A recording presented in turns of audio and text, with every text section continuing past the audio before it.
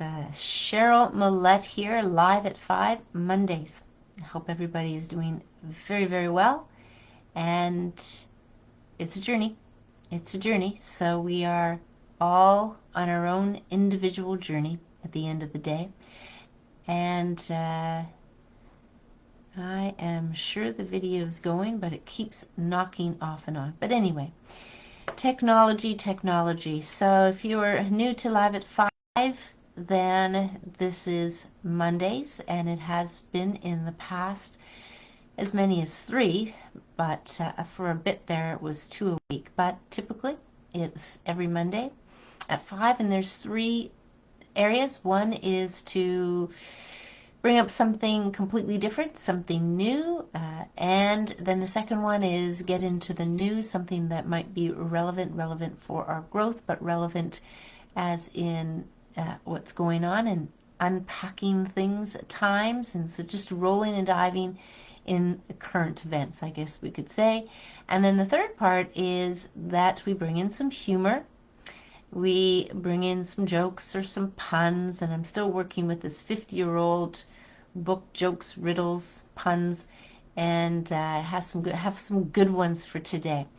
So let's get started. Now, I have brought these up before, but I am probably going to repeat certain things because I find that they are important. This particular thing has to do with our eye health, and I'm going to talk a little bit more about it and possibly do a couple of exercises on Awakening You, which is Wednesday night. So if you haven't registered, then do so. We have a few more spots left for this Wednesday from 7 till 10. It's an interactive presentation. I'm going to have people do, it's online, but I'm going to have people do a few different exercises so that they actually gain the understanding that much more. So they're going to be using their senses, they're going to be doing action that will allow them to better learn about the topic of conversation. So that's Awaken You. I put the link down below.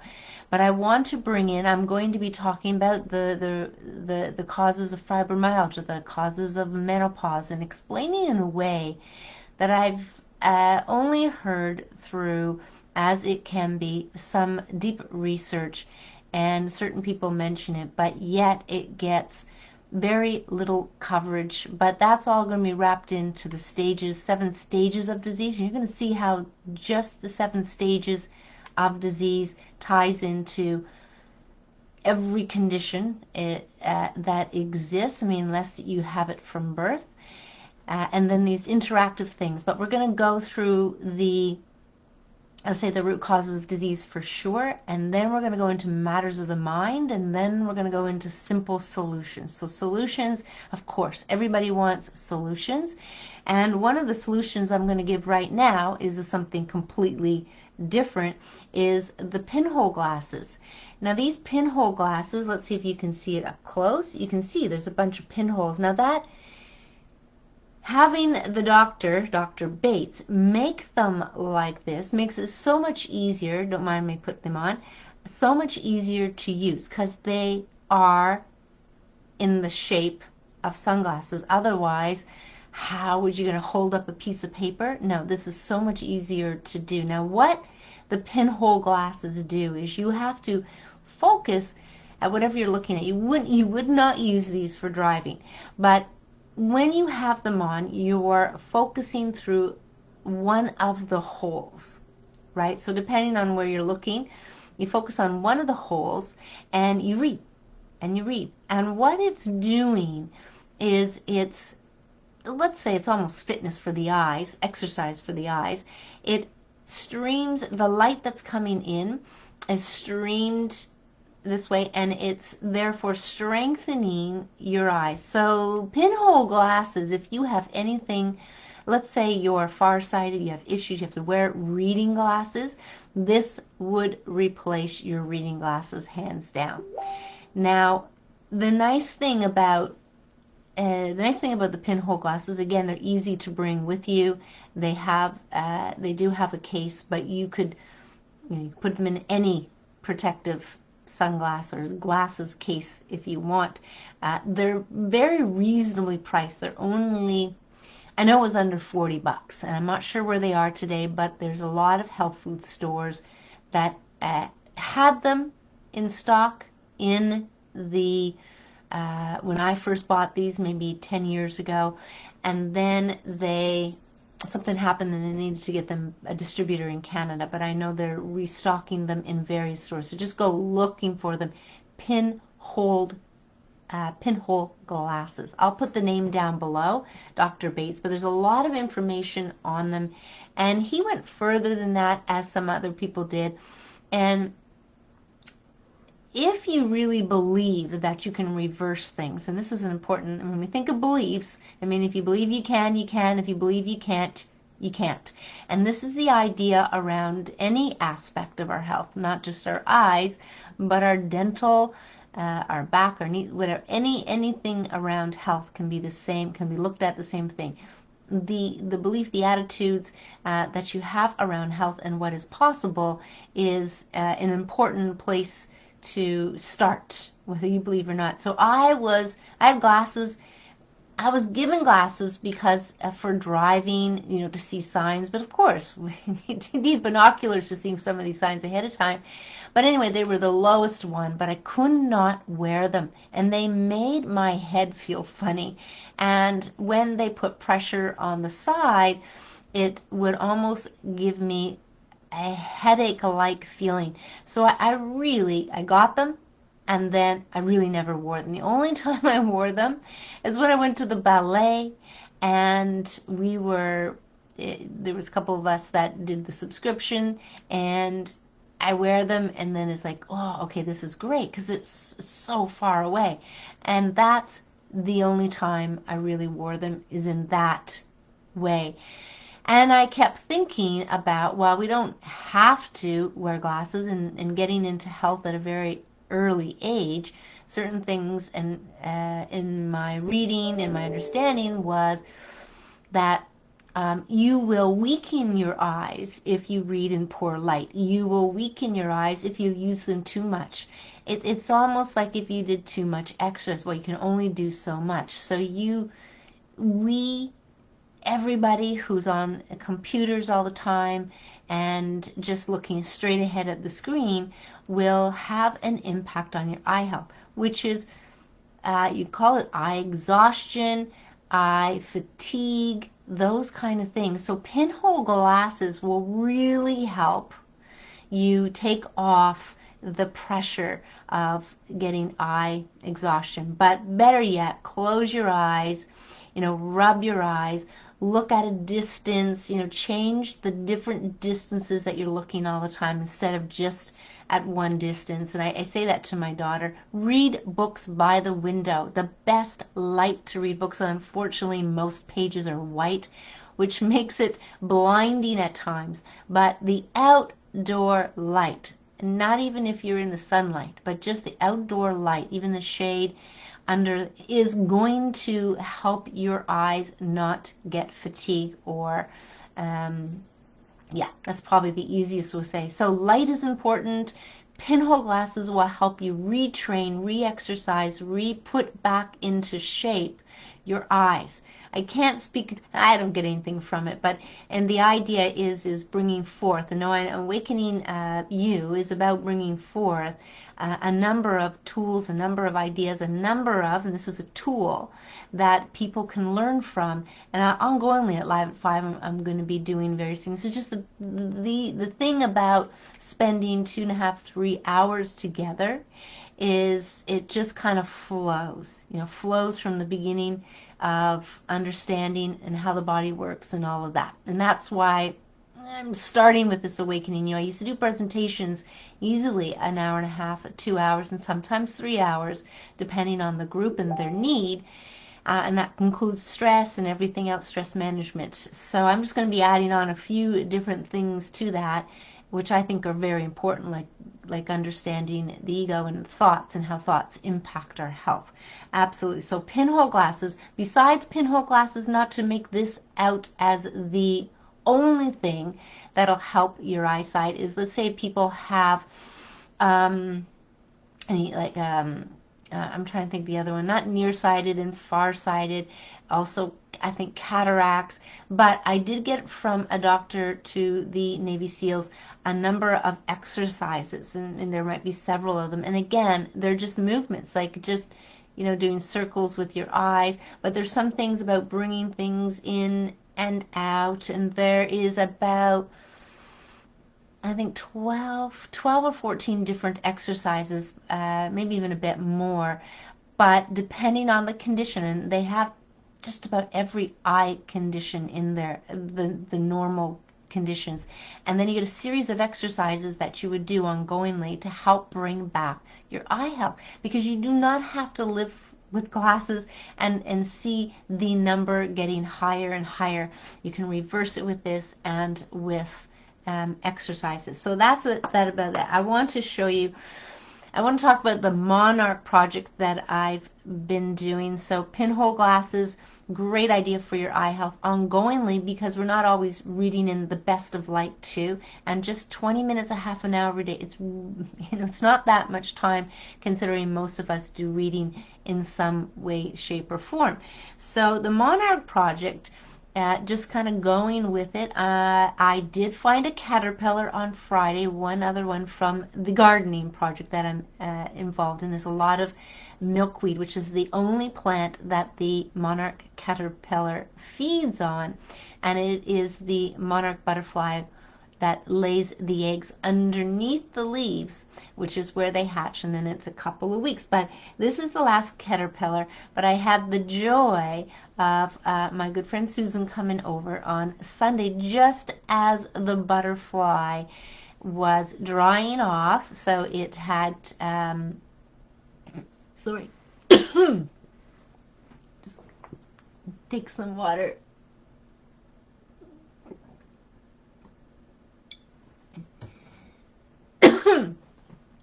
Just as the butterfly, sorry, I'm just gonna, anybody who's speaking does not want to choke, but anyway, let me get my voice back here, and then we'll continue.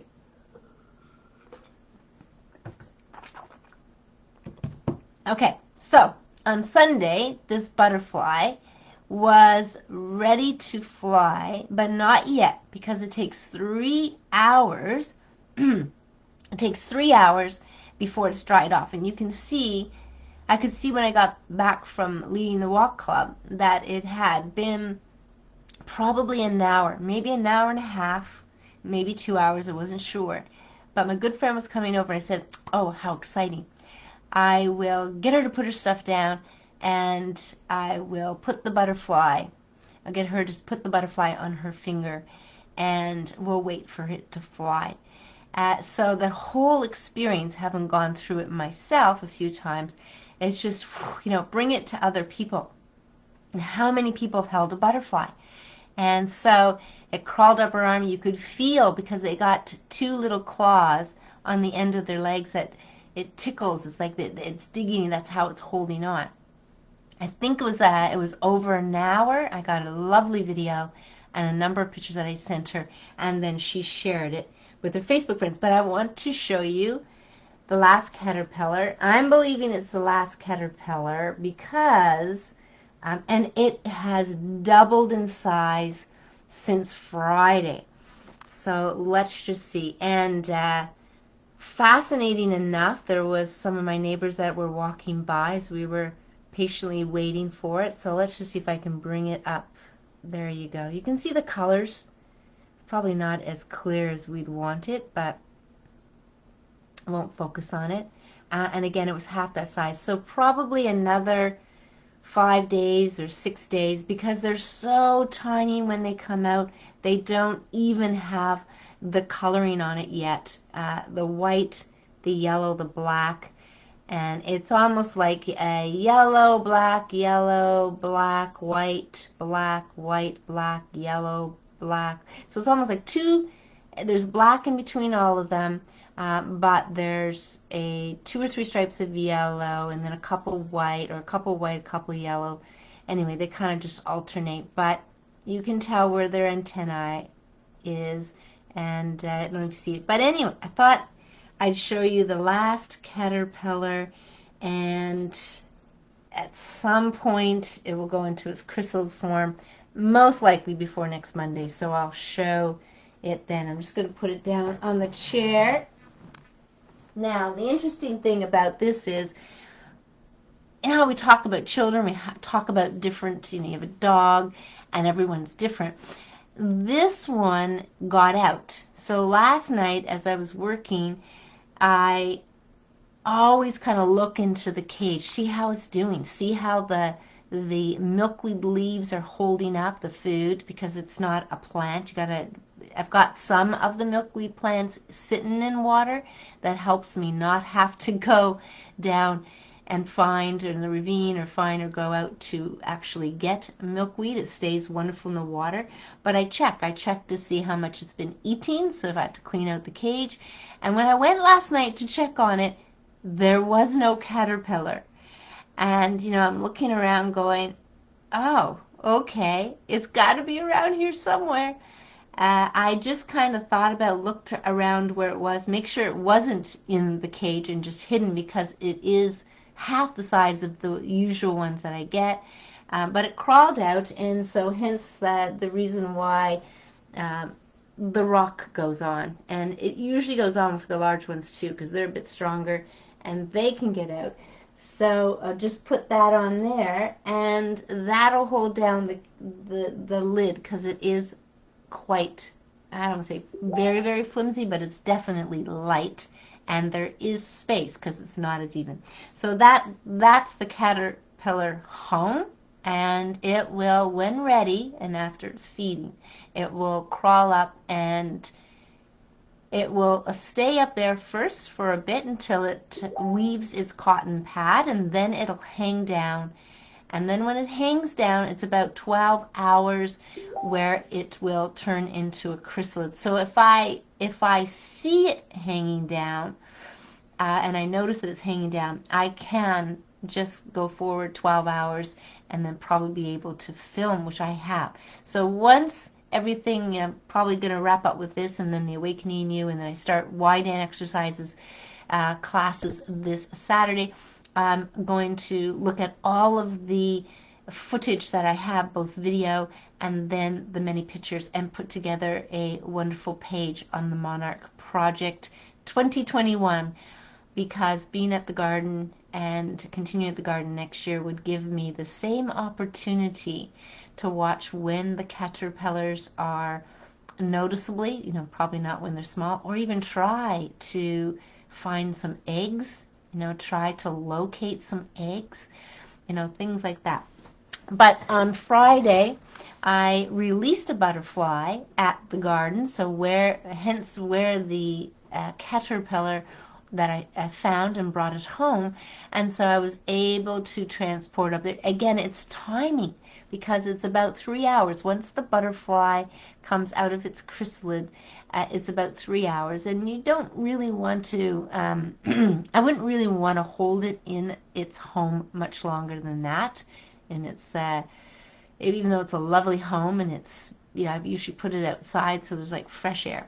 Wouldn't want to do that. So that's the Monarch Project. It keeps going, but soon coming to an end, because these super butterflies have to fly all the way back to Mexico, and they have apparently, I have seen it, a beautiful spot where they just all kind of convene as a community, I guess, to wait out the cold, to go by to the north, and then they will begin, I think it's maybe as early as February, they'll begin through Texas, where they first lay their eggs.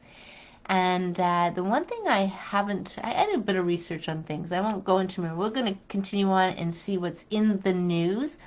And then I wanted to talk about this wonderful book. If you haven't seen it, and I haven't brought it out for a while, it's over 10 pounds. It is 1,500 pages, but because it's, believe it or not, very old, everything is heavy about it and thicker about it. But I just kind of like to go and open it and see what it opens to. And one of the things that I open to, because I'll be talking about matters of the mind, during the Awakening You is telepathy. So this book was written over 100 years ago. I believe it was 1909. I have to look at it again, but something like over 100 years ago, and it's written by doctors. But yet they have they have cures in here, and I can see if I just on the page that I'm looking at here, shingles is one. That's the one I wanted to talk about, and then they have a ringworm, a sciatica. So these are treatments and cures. They actually call it cures. It's interesting enough, a treatment for freckles. There you go. But seeing as it's so old, there's definitely new things that have probably come about too as well, and holistic at the same time. But they also have a section in here that is for the non-doctors, so just people, so that they could self-treat themselves. Now, this is beyond this section here, but if certain things came up, emergencies, they actually have like a guide in here for people. And remember, once upon a time, to get to a doctor, it wasn't as easy. You know, they're horse-drawn carriages, or maybe they have to walk however long, or get on a horse, or people, and maybe there was other, and then you got to go find them. There were no no telephones back then. It was probably left up to either they had an office in the village, or at their home office was probably more like it, their wife, or maybe they had people that were taking care of the place and they knew where they went. But can you imagine, just a totally different, yeah, look at that, accidents and emergencies. Yeah, alphabetical table of principal poisons with antidotes for immediate use. This book is such an interesting book. To read it from cover to cover would be awesome.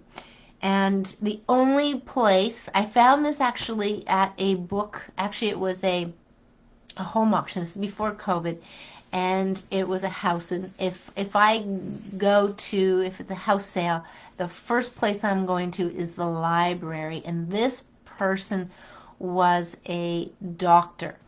And I think, if I remember, it was either teeth or eyes. I have a couple other books that I got from that was interest, but it was either teeth or eyes.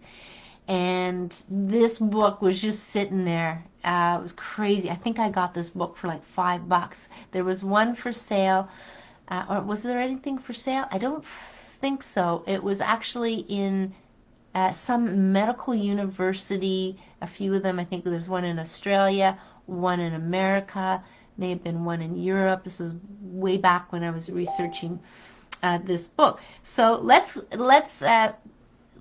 get into the shingles now. Now that I'm talking about it, let's see what it says about shingles, okay? So shingles is really stress-induced at the end of the day.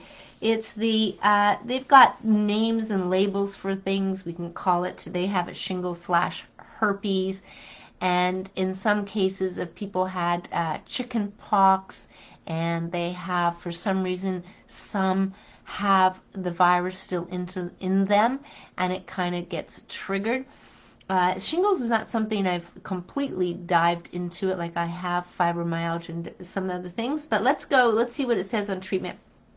It is well to give a teaspoon of cream-tartar in sweetened water every night for a few days, and to bathe the whole surface of the body in it seems like a saleratus water. The interesting thing about these books is the old language, the old words that they use, or let's say words that still exist, but we don't use them the same way. The burning and itching may be relieved by using the following wash. Now again, some of these words, you're not going to know where they are. I'd have to look them up. But one is Goulard's extract, acetate morphis, and distilled water. And when you're thinking of medical, the best thing is to use distilled water. Similar to in machinery, where you have to use water, steamers, face steamers, and it's, you know, it's in there, you can't really get it dried out, and there's kind of mineral, you can get out with vinegar, mind you, but distilled water is really good for that. So apply by means of soft rags. And back then, they didn't say rags, everything. You keep your clothing, you make rags, to affected surface, changing frequently. So that's all they say in here. I'm just going to add that my research and my understanding and conversing with people who experience shingles is there is some form of stress involved, and how stress hinders the body, detoxification, which I'm going to speak to in greater detail on Wednesday night at Awakening You presentation. But the idea is stress is involved for sure, for all the reasons people can get stressed. And I won't go into, because I want to go into the news, but it's interesting again that in this book, written by, I think they said 15 doctors, they actually have a whole part on telepathy, mental healing, and actually, I'm just seeing the next part here, Christian Science. So full of surprises, this book, written by a number of medical doctors and specialists. So not just a medical doctor, but they go on in they're actually specialists. So I will put the shingle. Oh, did I just? I will find the shingle, and I will put it up there. But you see, it's cream of tartar. I'll find it again. It's a big book, but it's got to be doable. So I will do that. Now let's see what's in the news. I'm just going to fold this up here. And this is not necessarily in the news, but it is in the news. And this is understanding not just our rights, but what we have to do to change that which has been created, where we are in some sort of a owned by the, it's probably not the right word, but owned by, let's say, the country. So we have like signed off in such a way that we're signing like contracts. We're in contract. And in the Gardening Project, and in speaking to one gentleman there, I got to get on this Wednesday call. Just can't get on it this Wednesday, but maybe after the presentation because it starts late, is that you redo your documentation. So think about all the documentation that you actually have with your signed name on it. And you probably don't read the small print, and there's probably additional documentation or understandings or legal jargon that most of us would not understand in its entirety. So an example, driver's license. I'm going to redo my driver's license, and I'm going to sign it, and it's above the signature, but you sign without prejudice. And then just below, but actually signing, your signature would go into the without prejudice so that they can't erase it. And you do the without prejudice first so they can't get your signature and then pull the paper away. Without prejudice, and then you would sign your name.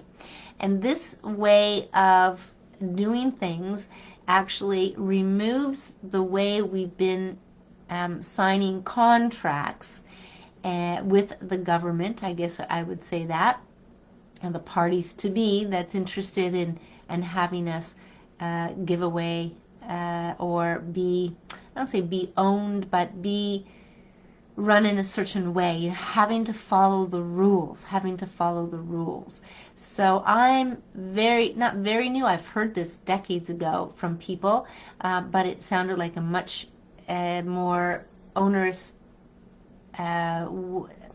much onerous procedure, because the way they talked about it was you step right away, which means you wouldn't get any pension, you wouldn't get a job as we know a job is today, you wouldn't have a social insurance number, you wouldn't be able to get a credit card, you wouldn't be able to get into contract because of the way you've kind of stepped away from all of that legal contractual stuff. And this sounds like this is a beginning or a part way or a needed step, or maybe the only step that some people want to take, but it sounds like a way to make your signature on anything, should you have signatures. But I'm gonna tell you a little interesting story before I go into a few other things here. I had said to my husband, I said, okay, I'd like you to put me down in Ancestry.com as dead. Just put in a date that I'm dead, because you can do that. You can do that. It's just like all these people in there adding information. When he went in he does go in there to see if there's any new relatives, because he got the test as my daughter did, but I didn't. And he noticed that there was a date in there that I had died in 2016. I died in 2016. So there you go. How fun is that? But what's even funnier is somebody put a date for him for dying in 2085, which, how is that possible? Programmers, you shouldn't be able to put a date ahead of this date now. I'm hearing about, so let's get into the news here. What I'm hearing about is a lot of people wanting to find out about exemptions. I mean, we're getting close to this date. We've got the wonderful voting today. This is Canada, and there is, what is the exemption? So definitely in BC, it sounds like Ryan, who I've put a link down below about something he wrote, and he seems to have it down with the Code of Rights. I think it's Code of Rights, Human Rights, and there's all this documentation about that. But there's also other ones that explore your rights as well, and not being able, it's like a bill, it was signed into Canada, I posted it last week, about genetic testing and this and that, and how that. So I'm not sure exactly how that'll fit into Ontario, but these pieces seem to be the one. But the one thing that I overheard recently was the fact that the religious or certain religion let's just say, they are not the reason. So I'll just say the big C. You can't use that as a religious one, because they support this. And because they support that, and there was one other one as well, you cannot use that in exemption. So they're getting very, very fussy on, of course, if people are going to find loopholes, if people are going to come up with certain things, they're going to push back and do what they're going to do. So what I hear from Australia here is, yeah, crazy things going on. It seems like a teeter-totter. Oh, it's Canada. Oh, it's Australia. Oh, it's the East Coast. Oh, it's the West Coast Canada. I mean, it's like this teeter-tottering all over the place, and we see where Alberta is now. And doesn't matter at this stage of the game if you see something coming through that sounds, whoa, this is great, it's a win. Don't hold your breath, or you will be holding it for a long time in some ways, as things will roll and shift and change, because that's what the politician, the premier, had said. Unless we have to make changes, well, that's a full-out open-ended scenario. So Australian government has a new web service to help consumers reporting of side effects. And but this is back in 2014. But the idea here is, this is the piece of information I think some people have been using, and that is to say 90 to 95% of the adverse events are not reported to regulators. And so some people are using these numbers, but if you just ask 10 people, or if you ask anybody who's had an adverse side effect, and I mean some of them that I know have had serious ones, and they had not reported it, and their doctor didn't even know how to do it. But in here, and this is 2014, each year, now we're talking about Australia here, receives more than 17,000 reports of suspected adverse events due to medicines and vaccines. And 2013, about 3% of these reports came from consumers, compared to 55% coming via the pharmaceutical companies. That's what I thought was interesting. 17% from state and territory, health departments and 10% from hospitals and hospital pharmacists, and the remainder from community pharmacists and general practitioners. So in essence, it seems just like theirs. People can go in and report themselves, and we in Canada have something similar now, but it's the matter of reporting it. And as technology can be, there can be some cherry picking, possibly no different than any research at all. Then I want to bring up the idea. Now, again, this is the idea. It's not. I don't really look at this as a win in a lot of ways, but there's the idea where there's a board member, Pfizer board member, warns policymakers that natural immunity needs to be included in the COVID mandate plans. Now, again, this is just something that is being put out there. It's being commented. I can say just from a number of things, several things that have come through people who are in these positions where they do come out and they say certain things. It gets picked up by the news, but there's a lot of pressure on them to change their minds, or there'd be a lot of pushback and they don't want to do it at all. But it does make sense, and it has been talked about that if you do have or had some sort of a cold, flu, you know what I'm talking about, then you may very well have certain way of, well, some protection. The only thing is the antibodies and stuff like that may not be, as tests can be faulty too. Any test, cholesterol test, a test for this or that. I mean, what happens with tests are they're only as good as how really genuinely, if they're right. If you just deem as that is, you see this and that means that, that is still a theory, and tests are tests. So when it comes to natural immunity, I would say your best marker is going to be how well did you recover? Did you have anything? Are you well recovered? How often do you get sick? Those kind of things will really tell you how your system, how strong your system is. So this was an interesting article and that was August 30th, 2021. So still a while ago. The other thing that keeps coming up, and it is Toronto Sun that posted this. And again, make note that even if things are put into newspapers or put into certain publications, it doesn't mean it's on the mainstream media. Not at all. But as this is just an older one, but as things are, they may take a little while to come through. But September 3rd, 2021, it's more than 100 Ontario youth sent to hospital for vaccine-related heart problems. And this is, again, the Toronto Sun.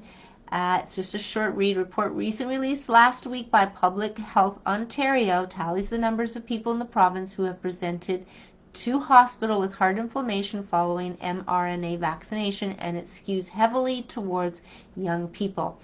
So there's been, as of August 7th, there was 106 incidents of myocarditis or pericarditis in Ontario's under the age of 25. That's slightly more than half of the total of all such incidences. So, and then they go into age groups there. But the idea is, what I understand from some of this is that once you get it, it is an impact on you because of heart cell regeneration isn't there. Now that's just what I'm hearing. I don't always like to believe what they say and the possibilities that are there, but this is what's being, so if you do have it, what are you going to run to? What are the doctors going to be telling you? What are you going to believe? This is the power of the mind. You're going to say, oh, I've got to live with this for the rest of my life. And you know, they're going to say, well, then we should put you on this medicine, this medicine, this medicine, because we know how important the heart, cardiovascular system is in the body. Well, but nervous system is right up there as everything. Got to need kind of everything. So the idea is, inflammation can only be caused, as I'm going to go through the 7 stages of disease. The 4th one is inflammation. Therefore, there's 3 steps before, 3 stages before inflammation, and that's that's what you kind of want to have an understanding of. Really helps to understand that. Now, the thing I wanted to talk about here as a last thing in the news, but not necessarily the last thing here. This is from September 9th. I'm kind of moving closer to now. Canadian Times, all vaccinated people must quarantine over the winter months or risk serious illness.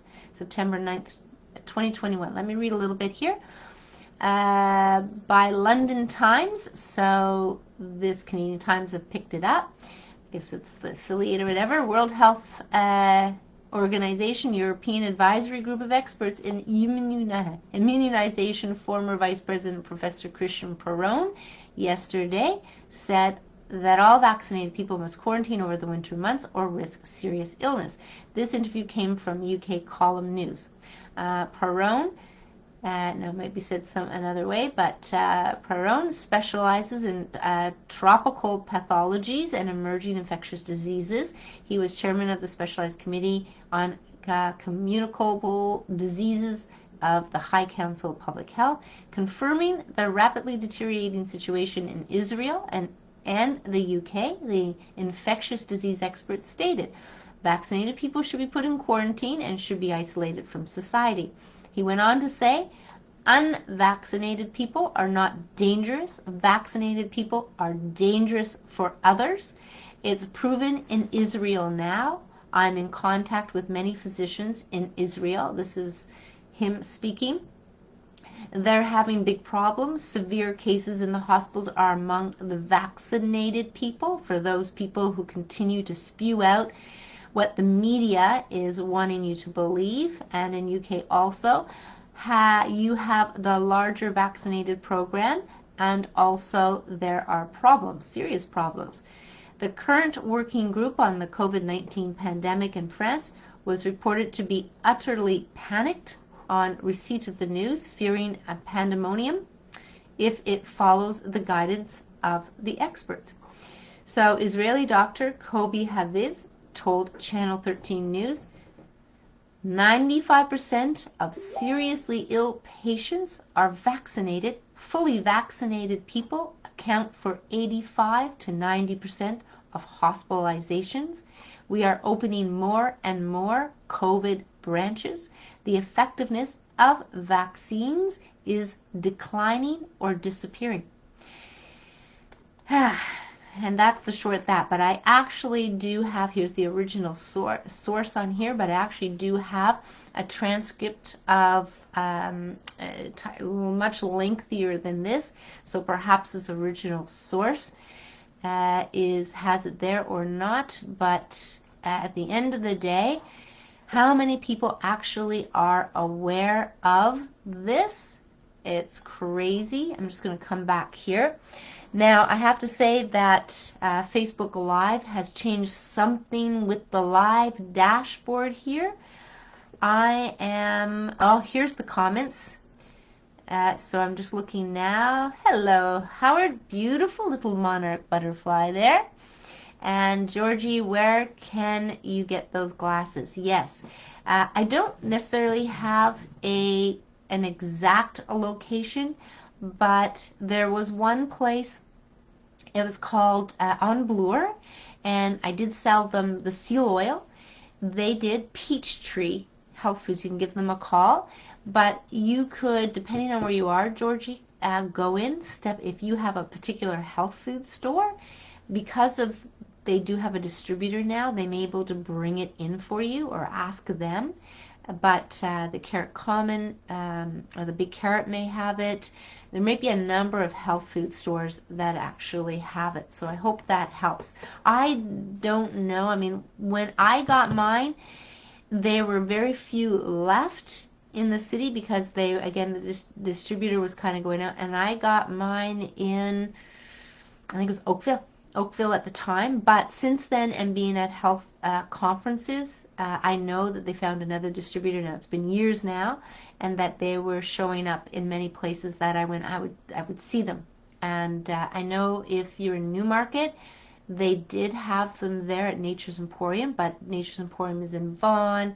It's in a few places. So check out your health food store, and that should be helpful there. There was one thing I wanted to read before we go into jokes. Yes, so there's the full transcript here.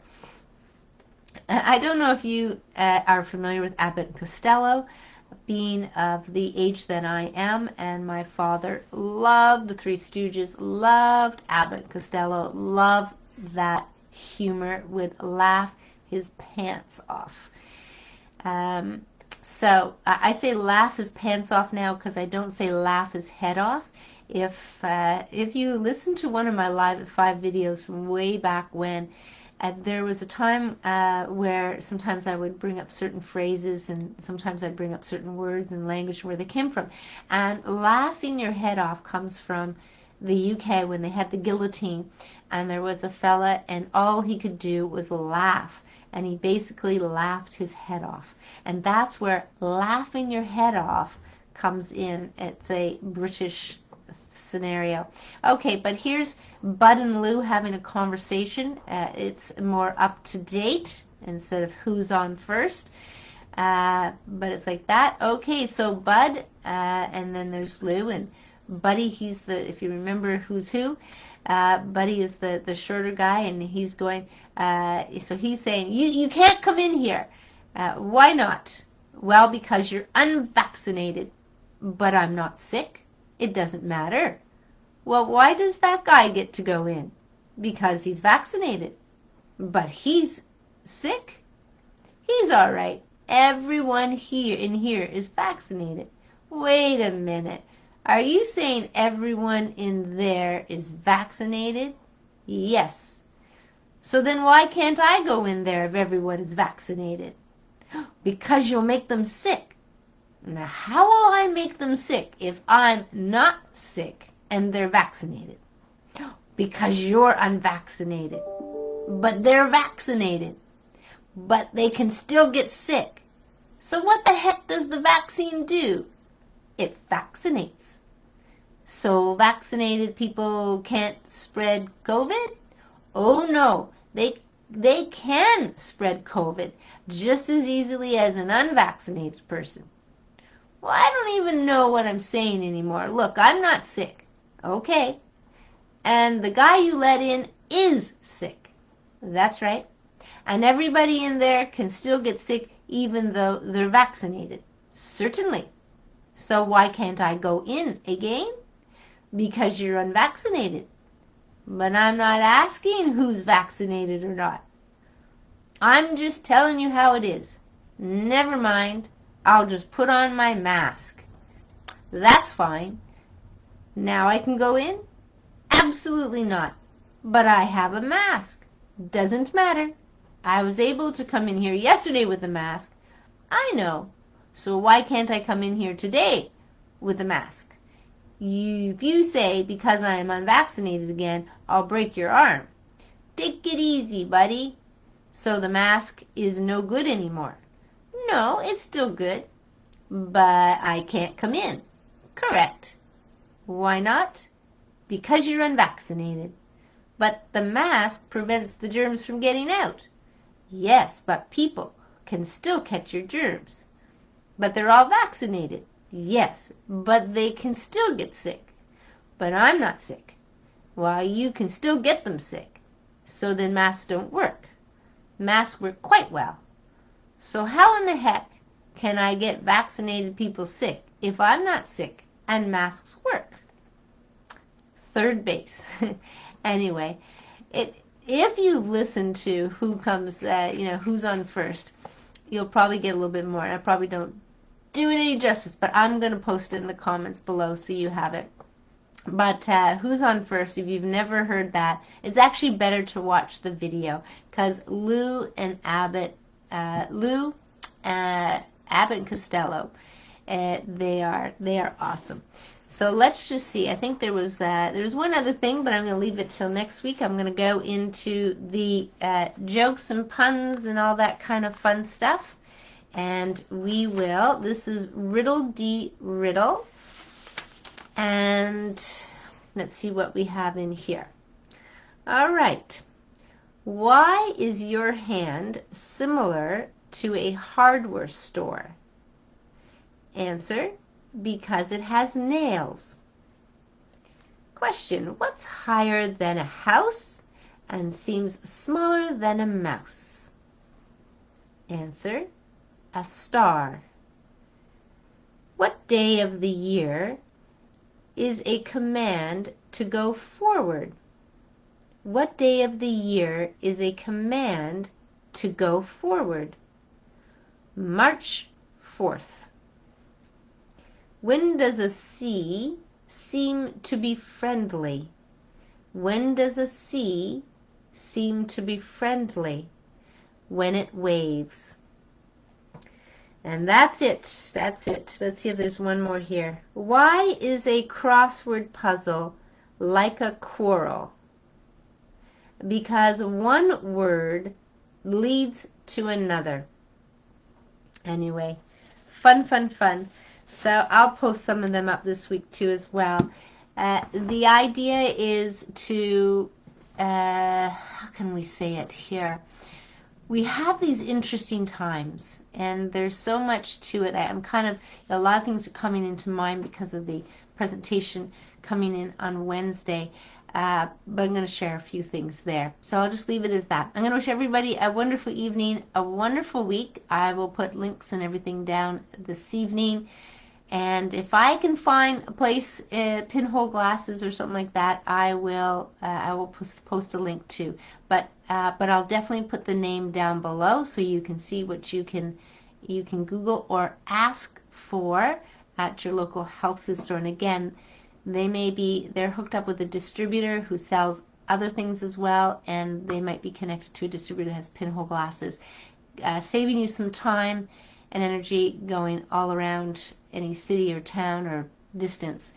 Save you time that way. But wonderful, wonderful invention. And again, it's been around for such a long time, decades and decades. And this was an eye doctor, and he discovered that the eye glasses weren't serving your eyes. And that's how that comes to be. So I'm going to wish everybody again a wonderful, wonderful evening and week. And if there's something that comes up, I'll come on again. But otherwise, you can see just how things are rolling. They just keep rolling, and crazy as it is. But be sure to bring in the balance and the joy and the fun and stillness and all of those things as well. So take care, everyone. Thanks for watching Live at 5, and stay tuned. Bye for now.